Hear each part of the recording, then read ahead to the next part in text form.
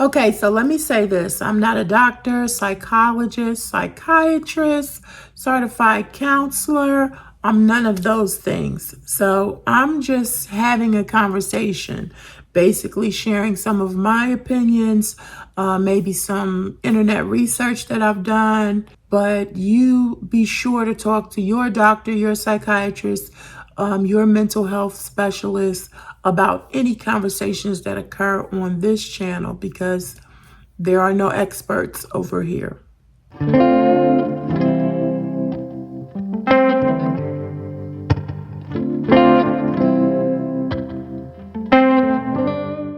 Hello, Saints. Welcome to my channel. It's me, Pastor Kim, and thank you so much for stopping by. Welcome to episode 2 of the Heart and Soul Chronicles, where we talk about things that may be going on spiritually, mentally, nationally, just going on. So today I'm going to be talking about, this is a follow-up from last week, where I talk about some mental issues that I was going through when I lost my mother, or in the process of my mother being sick, and how those issues were handled. And I'm also going to talk about faith, where my faith was in those moments. So I hope that this conversation blesses you. Maybe you can relate to it. Maybe you've lost a loved one. If you know, whatever you're feeling in regards to this conversation, please leave me a comment. I appreciate you so much. I know when my mother was in the hospital with cancer 20 years ago, I'm an only child. She was my best friend, and she was just slowly going through this process, what I thought was slowly going through the process of dying. And I was upset with God. I was absolutely upset with God. And I said to God, look, Lord, I know what to do. I can fast for other people. I can pray. If somebody asks me to fast, I can fast. Somebody asks me to pray, I can pray. I can call angels down from heaven. My faith is strong when it comes to touching and agreeing and believing with other people or for other people. I mean, as a pastor, as a leader, that's who I am. That's what I do. But this was close and it was hitting home. And I said to the Lord, I said, Lord, I'm going to pray that your will be done in this case, because if I fast and if I pray and believe you that my mom is going to be healed and she's not healed, I'm going to be very, very angry and upset. So I don't want to pray this prayer and it doesn't happen. Now, I know some people might say, well, that was cowardly. Like, you could believe God for everybody else, but you can't believe God for yourself, for your own mom. I was just so devastated. My emotional, mental, everything state of mind was just so off because, again, it was my mother. You know, she raised me by herself. Like I said, I was the only child, and it was just too close, y'all. It was too close. So, you know, I prayed, but you know, let's say like I didn't go down in sackcloth and ashes. I had other people praying. You know, I was too concerned about going to visit her, I was spent every day at the hospital. She went in for what appeared to be bronchitis. And then that's when they discovered the cancer. And so she had cancer everywhere, okay? Liver, lungs, brain. It was just spots of cancer everywhere. And it was very, very devastating, very devastating. The pain never goes away. It might ease up a little in moments, but it never goes away.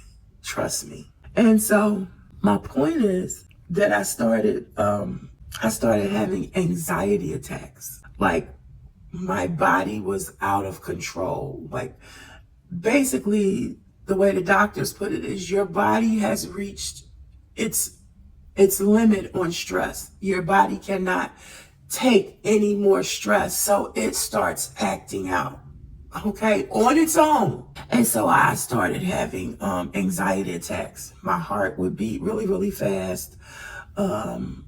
And this continued until after she passed away.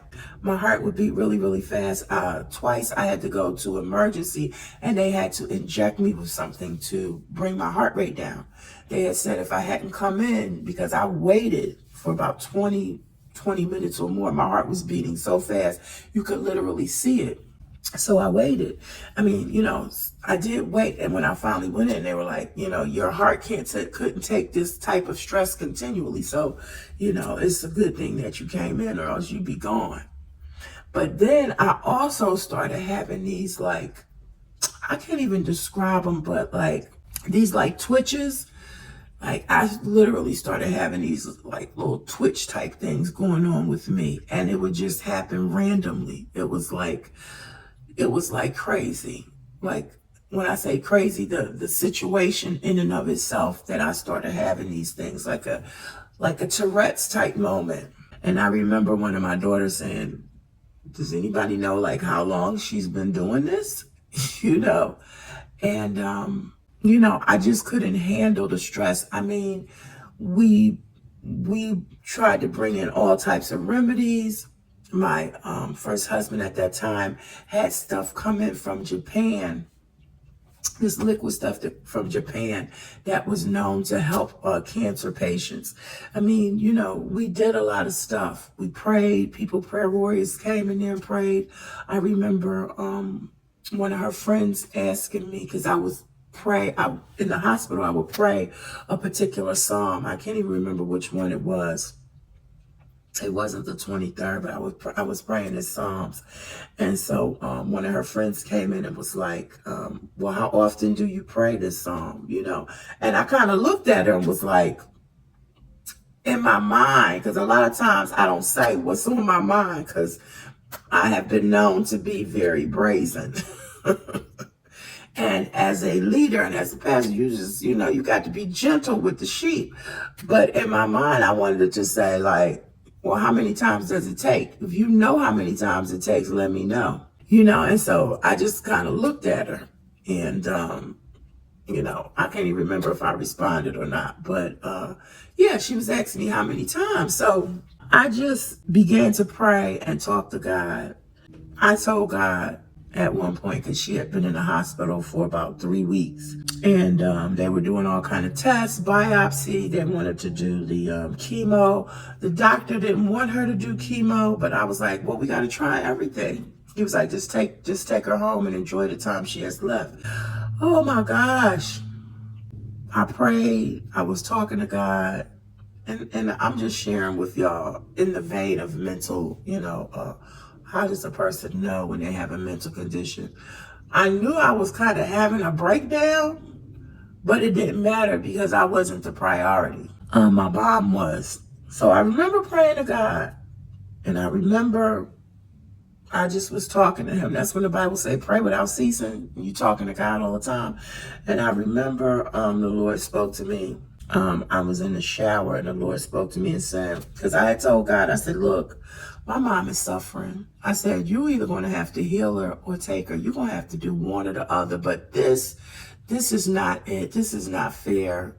God, this is not it. So he said to me, the Lord spoke to me and said, you think she's suffering. She's not suffering. It's not a long time. He said, I'm going to take her in 30 days. And my mom went in the hospital in July. And so I wanted to interject right here, because timing is different with God.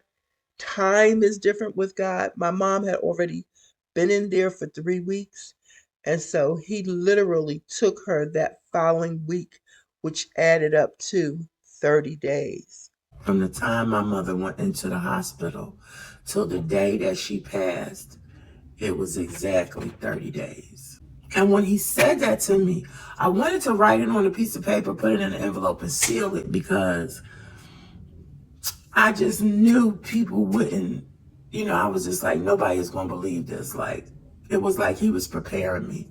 And, but I didn't. I just kept on praying, and it's some other aspects to it, but I said all that to say this, that when you're going through, emotionally and even mentally. You know, it's good to have people around you that you trust that can help you through the process, whether it's temporary, whether it's long term, because people are suffering from mental health. And if we are not there for our friends and loved ones, it could get worse. Hey guys, this is Pastor Kim. I wanted to finish this part of the Heart and Soul Chronicles where I was talking about my mom, because I was talking about this in episode 1, and so I broke it up into 2 episodes. But what I was saying was that you absolutely do need people in your corner. You need people there for you spiritually, naturally. You know, like I said previously, a lot of times we count out mental illness. We don't take it seriously. And it can get worse if it's not taken care of. So I'm grateful to God that I had people in my corner. I had prayer warriors. You know, my husband at that time was very, very supportive and insistent on me getting proper rest and things like that. So I was grateful. And you know, even afterwards, I still had anxiety attacks because I had lost my mother and I was still stressing about it. But, you know, at the end of the day, I'm a Christian. I'm a believer. And if I believe in Jesus Christ, then I also believe in heaven and hell. And so I knew that my mother had went on to be in a better place. One of my best friends had come up to visit her, and she was praying with her. And my mother said, I see a bunch of ladies in white dresses. And later on, my best friend had told me that. And she said, I said, oh, maybe they were angels. And she said, no, they weren't angels. She said she saw ladies in white dresses and white hats. And she said those were people waiting for her on the other side. So you have all of these things that, you know, God may give you. He may let you know to prepare you for what's going on. Again, I was grateful to God, and I know that she is in a better place, no matter how much pain that I go through, because I do have my moments. April is her birthday. I mean, sometimes I just think about her and think about different things and smile. Other times I cry. April is her birthday month. In the month of April coming up, she would have been 87. You know, I have my moments, but no matter how much pain, I know that she's in a better place, and I know that I will see her again. I just wanted to, like I said, end this Heart and Soul Chronicles with y'all and let y'all know that, hey, Jesus, he has all the answers. If you pray, he will work it out. It's so many things I want to talk about. If y'all want to talk about something, if y'all got a question, please let me know. All right, I'm out. Have a blessed day and a purpose-filled life, and know that I love you with that agape love. See you next Friday.